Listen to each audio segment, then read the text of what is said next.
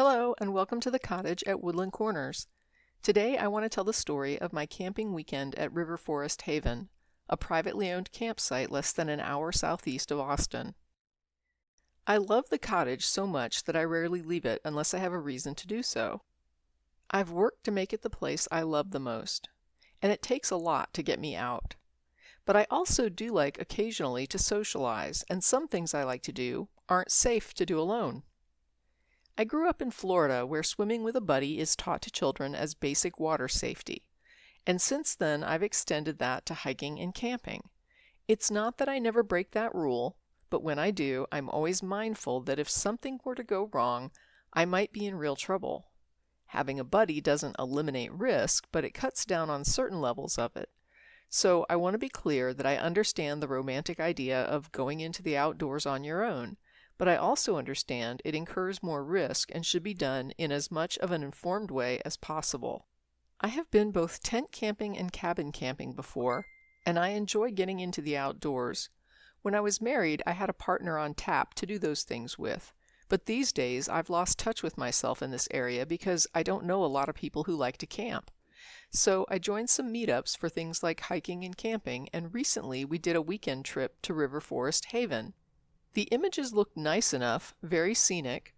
The only problem was that it was set up for June, and summer in Texas is brutal and oppressive. But that was part of the advantage of this campground. It was on the water, which is a great way to cool down on a hot day. I'm sure I've mentioned in other episodes that I have a love of certain genres of horror films. Before going to the campground, I Googled the roads to e-drive my way there and just make sure I knew where I was going. But what I found confused and concerned me. The directions to the campsite describe driving to a cul-de-sac and entering a gate at the end of the road. But after e-driving the route, I came to the cul-de-sac without any visible gate or campsite signage or markings, just a dead end. This made me laugh because I thought to myself, here's how it starts. I drive there, and when there's no way to enter, I text or call someone on my cell, and they say they'll be right there to help, and that's when the nightmare begins. Of course I was laughing, but it really did seem like the beginning of a horror story, and I was at least glad that I had tested it on the map before driving it and not knowing how to get in. So I texted the group for better information, and they sent me back a response that was a little garbled and hard to decipher. At this point, I'm thinking, this is the trip where I disappear and my cell phone becomes a found footage movie, one of those movies that starts out with a block of text on a black screen that reads, "Jane Doe disappeared in June 2024. She left for a camping trip and her friends lost contact with her. This phone was retrieved by the police in the woods near Del Valley, Texas. What you're about to see represents the final recordings collected from her phone by the local sheriff's office." I sent the response to a friend who jokingly told me to hang on to that as evidence. But one thing I was able to extract from the message was a suggestion that I use a different map search tool because maybe Google Maps was just outdated. Fortunately, when I tried MapQuest, I did get a different result showing the gate and the entrance. However, rather than the street being lined with ranch houses, it looked like it had become abandoned cars and abandoned trailers with boarded up windows and pallets stacked up all around them. I told my friend, this is where I disappear and they find me 10 years later chained in a shed 5 miles behind that trailer. This is Rob Zombie level surroundings.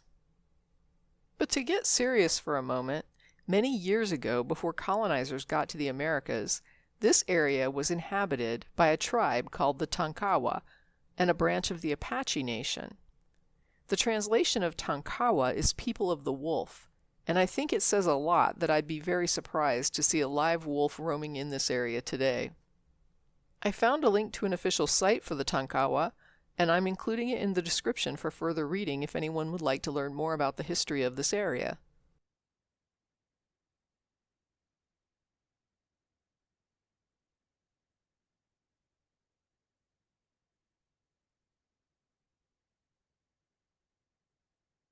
The camp trip was scheduled for June 21 and 22 during something called the Strawberry Moon. That's just a fancy way of saying the first full moon of summer. But it was really gorgeous, and many photos were taken in the evenings because of it. As the day drew nearer, I took stock of what I had and what I needed for a weekend of tent camping. First, I needed a small, more manageable one-person tent, so I borrowed one from a friend. I got some silicone spray and seam sealer and used it to waterproof the tent. Just a word of warning, tents are not waterproof. I don't care what they say on the package, they are material that is water resistant.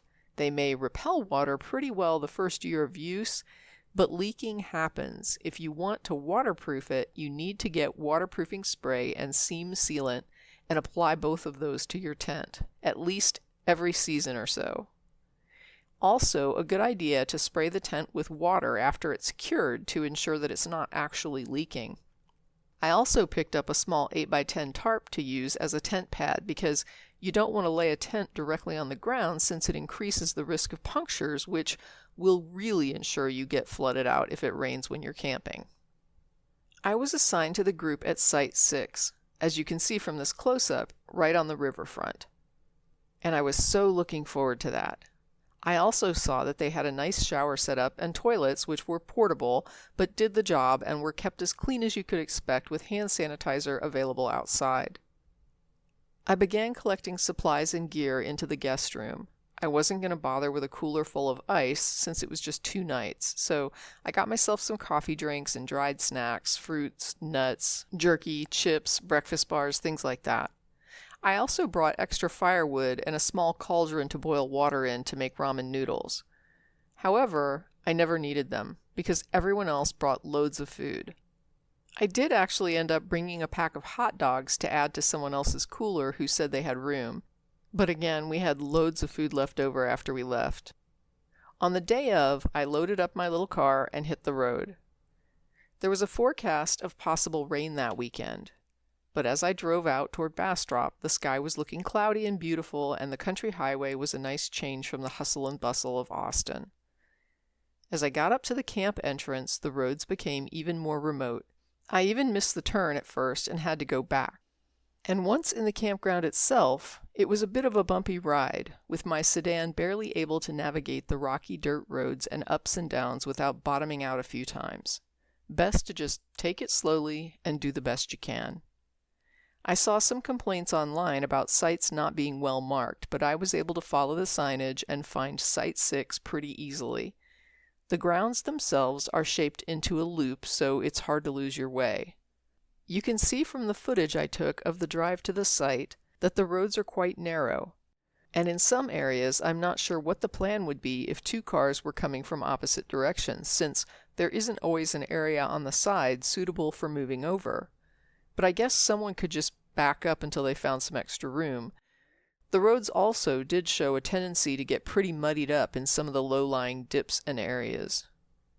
Still, considering how close we were to the highway, the grounds provided a feeling of outdoors and remoteness, while still being in proximity to conveniences should anyone need anything. And, in fact, on day 1, someone actually did make a run to the local grocery. I took some footage of the actual site, again Site 6. The floating dock was a nice touch, but the water was opaque and green. And when I say opaque, I mean that placing your hand just below the surface made your hand completely disappear. This water was not clear or sanitary looking. I'm not sure if it was due to the summer heat and maybe it gets more clear seasonally, or if they're farms or other areas that are using fertilizers upstream, but something created quite an algae floor as well when we got into the water. And just getting into that murky mess was an act of bravery, in my opinion. I went in a total of once. I sank down into mucky algae about 2 feet deep, and the water was maybe chest high or a little lower. Then when I tried to get back out, I realized that the dock was up about 2 feet and there was no rope or ladder to climb back up. Since I'm not a youngster anymore, this was a big struggle. And another person in our group with mobility disability likewise had issues trying to pull himself out. We tried to use a rope to fashion some sort of step to use, but that didn't work out so well. And in the end, I would recommend that if you go to River Forest Haven and you plan to try and get into that water, you bring a dock ladder or a boat ladder that can be secured on site temporarily, just something to help you get back out if you dare to go in.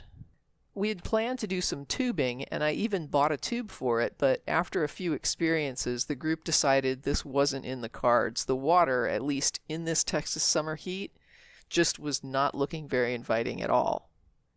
I took a walk to the toilets and the showers, and it wasn't that far, maybe a few minutes away. Again, the toilets were portable and paired with trash bins and hand sanitizer.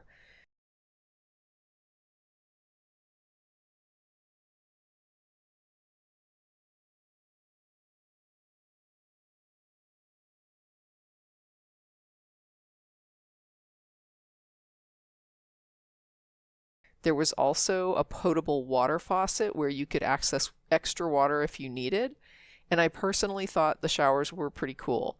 They had both hot and cold running water and were separated and private with a rain shower head and a footstool in each. I would use the showers to cool off in the heat of the day because, again, I was not going back in that mud puddle.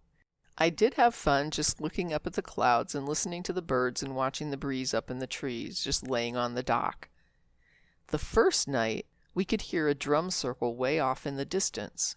In the tent, it was very loud, sometimes just drumming, sometimes with singing and some other instruments, something tonal, but I'm not sure what. I took a few recordings, but the cicadas got picked up on the phone more than the drumming, so I took some recordings later of just the cicadas to try and filter them out to see if I could amplify the drumming. The image that I'm using with the drumming is of the moon on the water. It was taken as part of one of those videos, one of the recordings I did of the drumming. I had gotten out of my tent and walked out to the dock and recorded while standing on the dock, looking out over the water at the moon. The drumming began, I would say, sometime before midnight, and I woke up a few times during the night to hear it still going. I think the last time I woke up was around 4:30 a.m. when it had finally stopped. First, here's the normal night sounds with crickets and frogs without cicadas.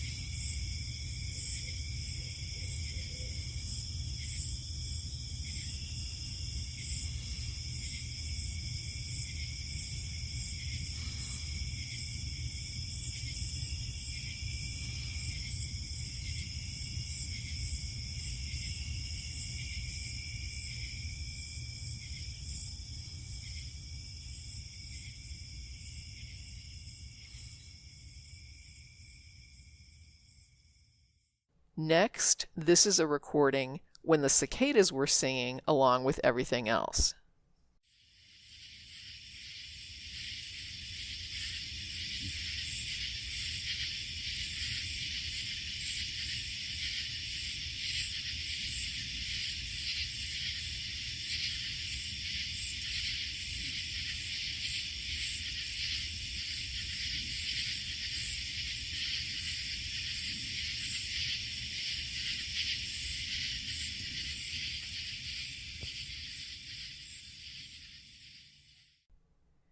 And now, here is part of the recording with the drumming and the cicadas. So this is what it sounded like before I edited it.